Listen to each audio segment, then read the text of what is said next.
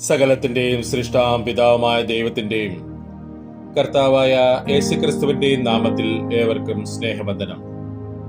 ഇന്ന് നവംബർ 19. ഇന്ന് നമ്മൾ വായിക്കുന്ന ആദ്യത്തെ വായനാഭാഗം നെഹമ്യാവ് 7-ാം അധ്യായം. നെഹമ്യാവ് 7-ാം അധ്യായം 1-ാം വാക്യം മുതൽ. എന്നാൽ മതിൽ പടുത്തു തീർത്ത് കതകുകൾ വയ്ക്കുകയും വാതിൽ കാവൽക്കാരെയും സംഗീതക്കാരെയും ലേബരെയും നിയമിക്കുകയും ചെയ്ത ശേഷം ഞാൻ എന്റെ സഹോദരനായ ഹനാനിയെയും കോട്ടയുടെ അധിപനായ ഹനന്യാവെയും യെരുശലേമിന് അധിപതികളായി നിയമിച്ചു. ഇവൻ പലരെക്കാളും വിശ്വസ്തനും ദൈവഭക്തനും ആയിരുന്നു.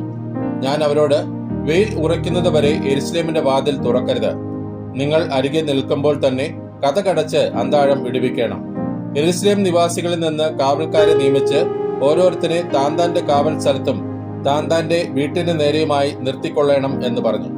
എന്നാൽ പട്ടണം വിശാലമായതും വലിയതും അകത്ത് ജനം കുറവുമായിരുന്നു. വീടുകൾ പണിതിരുന്നതുമില്ല. വംശാവലി പ്രകാരം എണ്ണം നോക്കേണ്ടതിന് പ്രഭുക്കന്മാരെയും പ്രമാണികളെയും ജനത്തെയും കൂട്ടിവരുത്തുവാൻ എന്റെ ദൈവം എന്റെ മനസ്സിൽ തോന്നിച്ചു. എന്നാറെ ആദ്യം മടങ്ങി വന്നവരുടെ ഒരു വംശാവലി രേഖ എനിക്ക് കണ്ടുകിട്ടി. അതിൽ എഴുതി കണ്ടത് എന്തെന്നാൽ, ബാബേൽ രാജാവായ നെബൂഖദ്നേസർ പിടിച്ചുകൊണ്ടുപോയ ബദ്ധന്മാരുടെ പ്രവാസത്തിൽ നിന്ന് പുറപ്പെട്ട് യെരുശലേമിലേക്കും യഹൂദയിലേക്കും താന്താന്റെ പട്ടണത്തിലേക്കും മടങ്ങി വന്നവരായ ദേശനിവാസികൾ. ഇവർ സെരുബാബേൽ, യേശുവ, നെഹമ്യാവ്, അസര്യാവ്, രയമ്യാവ്, നഹമാനി, മൊർദെഖായി, ബിൽശാൻ, മിസ്പരേത്ത്, ബിഗ്വായി, നേഹൂം, ബയന എന്നിവരോടുകൂടെ മടങ്ങി വന്നു. ഇസ്രായേൽ ജനത്തിലെ പുരുഷന്മാരുടെ സംഖ്യാവിത്: പരോശിന്റെ മക്കൾ 2672, ശെഫത്യാവിന്റെ മക്കൾ 372, ആരഹിന്റെ മക്കൾ 652, യേശുവയുടെയും യോവാമിന്റെ മക്കളിൽ പഹത് മോവാമിന്റെ മക്കൾ 2818, ഏലാമിന്റെ മക്കൾ 1254, സത്തൂവിന്റെ മക്കൾ 845, സക്കായുടെ മക്കൾ 760, ബിന്നുവിയുടെ മക്കൾ 648, ബേബായുടെ മക്കൾ 628, അസ്കാദിന്റെ മക്കൾ 2322, അദോനിക്കാവിന്റെ മക്കൾ 667, ബിഗ്വായുടെ മക്കൾ 2067, ആദീന്റെ മക്കൾ 655, ഹിസ്ക്യാവിന്റെ സന്തതിയായി ആദേരിന്റെ മക്കൾ 98, ഹാശൂമിന്റെ മക്കൾ 328, ബേസായുടെ മക്കൾ 324, ഹാരീഫിന്റെ മക്കൾ 112, ഗിബിയോന്യർ 95, ബേത്ലഹേമ്യരും നെത്തോഫാത്തിനും കൂടെ 188, അനാദോത്യർ 128, ബേത് അസ്മാവേത്യർ 42, കിരത്ത് യയാരിം, കെഫീര, ബെയോരോത്ത് എന്നിവയിലെ നിവാസികൾ 743, രാമക്കാരും ഗേബക്കാരും 621, മിക്മാസ് നിവാസികൾ 122, ബേഥേൽക്കാരും ഹായിക്കാരും 123, മറ്റേ നെബോവിലെ നിവാസികൾ 52, മറ്റേ ഏലാമിലെ നിവാസികൾ 1254, ഹാരീമിന്റെ മക്കൾ 320, എരിഹോ നിവാസികൾ 345, ലോദിലെയും ഹാദീദിലെയും ഓനോവിലെ നിവാസികൾ 721, സേനായ നിവാസികൾ 3930, പുരോഹിതന്മാർ: യേശുവയുടെ ഗൃഹത്തിലെ യെദായാവിന്റെ മക്കൾ 973, ഇമ്മേരിന്റെ മക്കൾ 1052, പസ്ഹൂരിന്റെ മക്കൾ 1247, ഹാരിമിന്റെ മക്കൾ 1017, ലേവ്യർ: ഹോദേവയുടെ മക്കളിൽ കദ്മിയേലിന്റെ മകനായ യേശുവയുടെ മക്കൾ 74, സംഗീതക്കാർ: ആസാഫ്യർ 148, വാതിൽ കാവൽക്കാർ: ശല്ലൂമിന്റെ മക്കൾ, ആദേരിന്റെ മക്കൾ, തൽമോന്റെ മക്കൾ, അക്കൂബിന്റെ മക്കൾ, ഹദീദയുടെ മക്കൾ, ശോബായുടെ മക്കൾ, ആകെ 138. ദേവാലയദാസന്മാർ: സീഹയുടെ മക്കൾ, ഹസൂഫയുടെ മക്കൾ, തബ്ബായോത്തിന്റെ മക്കൾ, കേരോസിന്റെ മക്കൾ, സീസയുടെ മക്കൾ, പാദോസിന്റെ മക്കൾ, ലെബാനോയുടെ മക്കൾ, ഹഗാബയുടെ മക്കൾ, തൽമായുടെ മക്കൾ, ഹാനാന്റെ മക്കൾ, ഗിദേലിന്റെ മക്കൾ, ഗാഹരിന്റെ മക്കൾ, രയായാവിന്റെ മക്കൾ, രേസീന്റെ മക്കൾ, നെക്കൗദയുടെ മക്കൾ, ഗസാമിന്റെ മക്കൾ, ഊസയുടെ മക്കൾ, പാസാഹയുടെ മക്കൾ, ബേസായുടെ മക്കൾ, മെയൂന്യരുടെ മക്കൾ, നെഫീത്യരുടെ മക്കൾ, ബക്ബൂക്കിന്റെ മക്കൾ, ഹക്കൂഫയുടെ മക്കൾ, അർഹൂരിന്റെ മക്കൾ, ബസ്രേത്തിന്റെ മക്കൾ, മിഹീദയുടെ മക്കൾ, ഹർസയുടെ മക്കൾ, ബർക്കോസിന്റെ മക്കൾ, സീസരയുടെ മക്കൾ, തേമഹന്റെ മക്കൾ, നസീഹയുടെ മക്കൾ, അത്തീഫയുടെ മക്കൾ. ശലോമോന്റെ ദാസന്മാരുടെ മക്കൾ: സോത്തായുടെ മക്കൾ, സോഫേര്യത്തിന്റെ മക്കൾ, പെരീദയുടെ മക്കൾ, യാലയുടെ മക്കൾ, ദർക്കോന്റെ മക്കൾ, ഗിദ്ദേലിന്റെ മക്കൾ, ശെഫത്യാവിന്റെ മക്കൾ, ഹത്തീലിന്റെ മക്കൾ, ബോഖെ രേത് സെബായിമിന്റെ മക്കൾ ആമോന്റെ മക്കൾ. ദൈവാലയദാസന്മാരും ശലോമന്റെ ദാസന്മാരുടെ മക്കളുമാകെ 392. തേൽ മേലേഹ്, തേൽ ഹർഷ, കെരൂബ്, അദ്ദോൻ, ഇമ്മേർ എന്നീ സ്ഥലങ്ങളിൽ നിന്ന് മടങ്ങി വന്നവർ ഇവർ തന്നെ. എങ്കിലും അവർ ഇസ്രായേലിയർ തന്നെയോ എന്ന് തങ്ങളുടെ പിതൃഭവനവും വംശോൽപത്തിയും കാണിപ്പാൻ അവർക്ക് കഴിഞ്ഞില്ല. ദലയാവിന്റെ മക്കൾ, തോബിയാവിന്റെ മക്കൾ, നെക്കോദയുടെ മക്കൾ ആകെ 642 പേർ. പുരോഹിതന്മാരിൽ ഹോബയുടെ മക്കൾ, ഹക്കോസിന്റെ മക്കൾ, ഗിലെയാദിനായ ബർസിലായുടെ പുത്രിമാരിൽ ഒരുത്തിയെ വിവാഹം കഴിച്ച് അവരുടെ പേരിൻ പ്രകാരം വിളിക്കപ്പെട്ട ബർസിലായുടെ മക്കൾ. ഇവർ വംശാവലി രേഖ അന്വേഷിച്ചു, കണ്ടില്ലതാനും. അതുകൊണ്ട് അവരെ അശുദ്ധരെന്നെണ്ണി പൗരോഹിത്യത്തിൽ നിന്ന് നീക്കിക്കളഞ്ഞു. ഉറീമും തുമ്മീമും ഉള്ളൊരു പുരോഹിതൻ എഴുന്നേൽക്കും വരെ അവർ അതിപരിശുദ്ധമായത് തിന്നരുതെന്നും ദേശാധിപതി അവരോട് കൽപ്പിച്ചു. സഭയാകെ 4360 പേരായിരുന്നു. അവരുടെ ദാസീദാസന്മാരായ 7337 പേരെ കൂടാതെ തന്നെ അവർക്ക് 245 സംഗീതക്കാരും സംഗീതക്കാരത്തികളും ഉണ്ടായിരുന്നു. 736 കുതിരയും 245 കോവർ കഴുതയും 435 ഒട്ടകവും 6720 കഴുതയും അവർക്കുണ്ടായിരുന്നു. പിതൃഭവന തലവന്മാരിൽ ചിലർ വേലക്കായിട്ട് ദാനങ്ങൾ കൊടുത്തു. ദേശാധിപതി 1000 തങ്കക്കാശും 50 കിണ്ണങ്ങളും 530 പുരോഹിത വസ്ത്രവും ഭണ്ഡാരത്തിലേക്ക് കൊടുത്തു. പിതൃഭവന തലവന്മാരിൽ ചിലർ പടിവക ഭണ്ഡാരത്തിലേക്ക് 20,000 തങ്കക്കാശും 2200 മാനെ വെള്ളിയും കൊടുത്തു. ശേഷമുള്ള ജനം 20,000 തങ്കക്കാശും 2000 മാനെ വെള്ളിയും 67 പുരോഹിത വസ്ത്രവും കൊടുത്തു. ഇങ്ങനെ പുരോഹിതന്മാരും ലേവരും വാതിൽ കാവൽക്കാരും സംഗീതക്കാരും ജനത്തിൽ ചിലരും ദൈവാലയദാസന്മാരും എല്ലാ ഇസ്രായേലും താന്താങ്ങളുടെ പട്ടണങ്ങളിൽ പാർത്തു. ഇന്ന് നമ്മൾ വായിക്കുന്ന രണ്ടാമത്തെ വായനാഭാഗം യോവേൽ 2-ാം അധ്യായം. യോവേൽ 2-ാം അധ്യായം 1-ാം വാക്യം മുതൽ. സിയോനിൽ കാഹളമോതുവിൻ, എന്റെ വിശുദ്ധ പർവ്വതത്തിൽ അയ്യം വിളിപ്പിൻ. യഹോവയുടെ ദിവസം വരുന്നതുകൊണ്ടും അത് അടുത്തിരിക്കുന്നതുകൊണ്ടും ദേശത്തിലെ സകല നിവാസികളും നടുങ്ങിപ്പോകട്ടെ.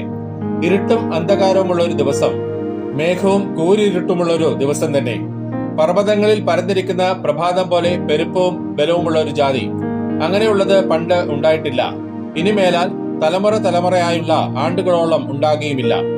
അവരുടെ മുമ്പിൽ തീ കത്തുന്നു, അവരുടെ പിമ്പിൽ ജ്വാല ദഹിപ്പിക്കുന്നു. അവരുടെ മുമ്പിൽ ദേശം ഏദൻ തോട്ടം പോലെ ആകുന്നു. അവരുടെ പിറകിലോ ശൂന്യമായുള്ള മരുഭൂമി. അവരുടെ കയ്യിൽ നിന്ന് യാതൊന്നും ഒഴിഞ്ഞു പോകുകയില്ല. അവരുടെ രൂപം കുതിരകളുടെ രൂപം പോലെ. അവർ കുതിരച്ചേവകരെ പോലെ ഓടുന്നു. അവർ പർവ്വത ശിഖരങ്ങളിൽ രഥങ്ങളുടെ മുഴക്കം പോലെ കുതിച്ചു ചാടുന്നു. അഗ്നിജ്വാല താളടിയെ ദഹിപ്പിക്കുന്ന ശബ്ദം പോലെയും പടയ്ക്ക് നിരന്നു നിൽക്കുന്ന ശക്തിയുള്ള പടജനം പോലെയും തന്നെ. അവരുടെ മുമ്പിൽ ജാതികൾ നടുങ്ങുന്നു, സകല മുഖങ്ങളും വിളറിപ്പോകുന്നു. അവർ വീരന്മാരെ പോലെ ഓടുന്നു, യോദ്ധാക്കളെ പോലെ മതിൽ കയറുന്നു. അവർ പാത വിട്ടുമാറാതെ താന്താന്റെ വഴിയിൽ നടക്കുന്നു. അവർ തമ്മിൽ തിക്കാതെ താന്താന്റെ പാതയിൽ നേരെ നടക്കുന്നു. അവർ മുറിവേൽക്കാതെ ആയുധങ്ങളുടെ ഇടയിൽ കൂടി ചാടുന്നു. അവർ പട്ടണത്തിൽ ചാടിക്കടക്കുന്നു, മതിലിന്മേൽ ഓടുന്നു, വീടുകളിന്മേൽ കയറുന്നു. കള്ളനെ പോലെ കിളിവാതിലുകളിൽ കൂടി കടക്കുന്നു. അവരുടെ മുമ്പിൽ ഭൂമി കുലുങ്ങുന്നു, ആകാശം നടുങ്ങുന്നു. സൂര്യനും ചന്ദ്രനും ഇരുണ്ടുപോകുന്നു, നക്ഷത്രങ്ങൾ പ്രകാശം നൽകാതിരിക്കുന്നു. യഹോവ തന്റെ സൈന്യത്തിൻ മുമ്പിൽ മേഘനാദം കേൾപ്പിക്കുന്നു. അവന്റെ പാളയം അത്യന്തം വലുതും അവന്റെ വചനം അനുഷ്ഠിക്കുന്നവൻ ശക്തിയുള്ളവനും തന്നെ.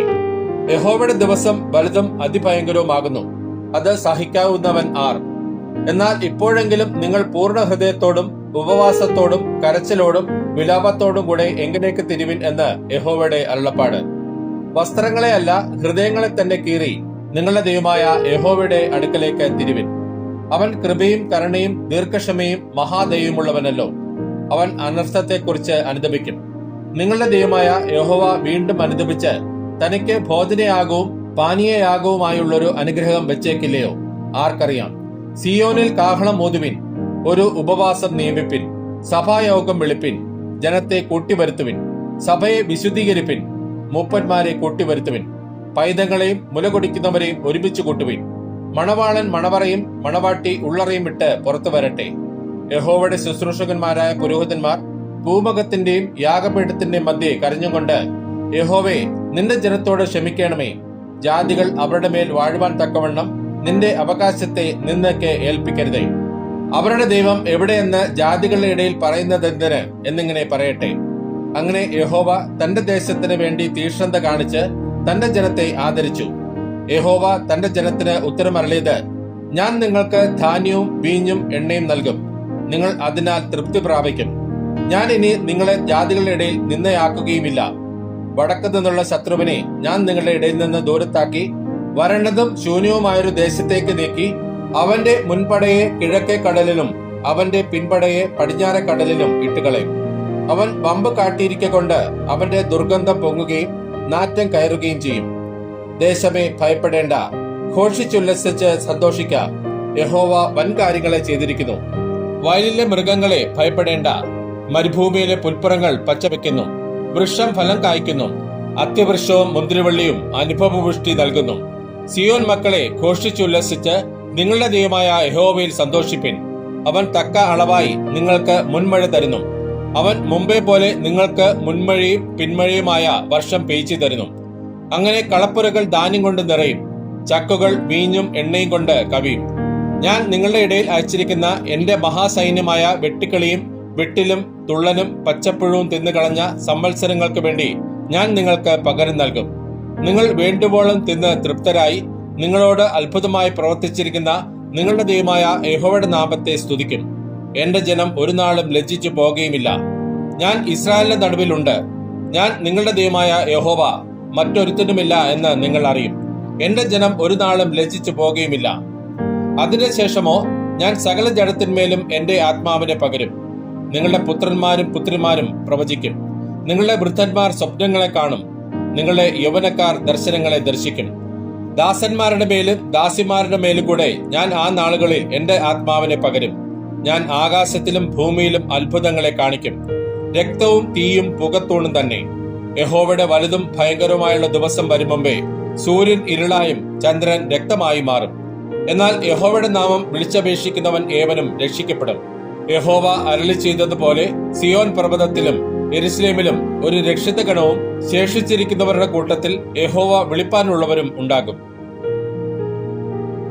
ഇന്ന് നമ്മൾ വായിക്കുന്ന മൂന്നാമത്തെ വായനാഭാഗം അപ്പോസ്തലനായ പൗലോസ് തെസ്സലോനിക്കർക്ക് എഴുതിയ രണ്ടാം ലേഖനം 1-2 അധ്യായങ്ങൾ. അപ്പോസ്തലനായ പൗലോസ് തെസ്സലോനിക്കർക്ക് എഴുതിയ രണ്ടാം ലേഖനം 1-ാം അധ്യായം 1-ാം വാക്യം മുതൽ. പൗലോസും സില്വാനാസും തിമത്തിയോസും പിതാവായ ദൈവത്തിലും കർത്താവായ യേശുക്രിസ്തുവിലുമുള്ള തെസ്സലോനിക്ക സഭയ്ക്ക് എഴുതുന്നത്: പിതാവായ ദൈവത്തിങ്കിൽ നിന്നും കർത്താവായ യേശുക്രിസ്തുവിങ്കിൽ നിന്നും നിങ്ങൾക്ക് കൃപയും സമാധാനവും ഉണ്ടാകട്ടെ. സഹോദരന്മാരെ, നിങ്ങളുടെ വിശ്വാസം ഏറ്റവും വർദ്ധിച്ചും ആളാം പ്രതി നിങ്ങൾക്ക് എല്ലാവർക്കും അന്യോന്യ സ്നേഹം പെരുകിയും വരികയാൽ ഞങ്ങൾ യോഗ്യമാകും വണ്ണം ദൈവത്തിന് എപ്പോഴും നിങ്ങളെക്കുറിച്ച് സ്തോത്രം ചെയ്യുവാൻ കടംപെട്ടിരിക്കുന്നു. അതുകൊണ്ട് നിങ്ങൾ സഹിക്കുന്ന സകല ഉപദ്രവങ്ങളിലും കഷ്ടങ്ങളിലുമുള്ള നിങ്ങളുടെ സഹിഷ്ണുതയും വിശ്വാസവും നിമിത്തം ഞങ്ങൾ ദൈവത്തിന്റെ സഭകളിൽ നിങ്ങളെ ചൊല്ലി പ്രശംസിക്കുന്നു. അത് നിങ്ങൾ കഷ്ടപ്പെടുവാൻ ഹേതുവായിരിക്കുന്ന ദൈവരാജ്യത്തിന് നിങ്ങളെ യോഗ്യന്മാരായി എണ്ണുമെന്നിങ്ങനെ ദൈവത്തിന്റെ നീതിയുള്ള വിധിക്ക് അടയാളമാകുന്നു. കർത്താവായ യേശു തന്റെ ശക്തിയുള്ള ദൂതന്മാരുമായി സ്വർഗത്തിൽ നിന്ന് അഗ്നിജ്വാലയിൽ പ്രത്യക്ഷനായി ദൈവത്തെ അറിയാത്തവർക്കും നമ്മുടെ കർത്താവായ യേശുവിന്റെ സുവിശേഷം അനുസരിക്കാത്തവർക്കും പ്രതികാരം കൊടുക്കുമ്പോൾ നിങ്ങളെ പീഡിപ്പിക്കുന്നവർക്ക് പീഡയും പീഡ അനുഭവിക്കുന്ന നിങ്ങൾക്ക് ഞങ്ങളോടുകൂടെ ആശ്വാസവും പകരം നൽകുന്നത് ദൈവസന്നിധിയിൽ നീതിയല്ലോ.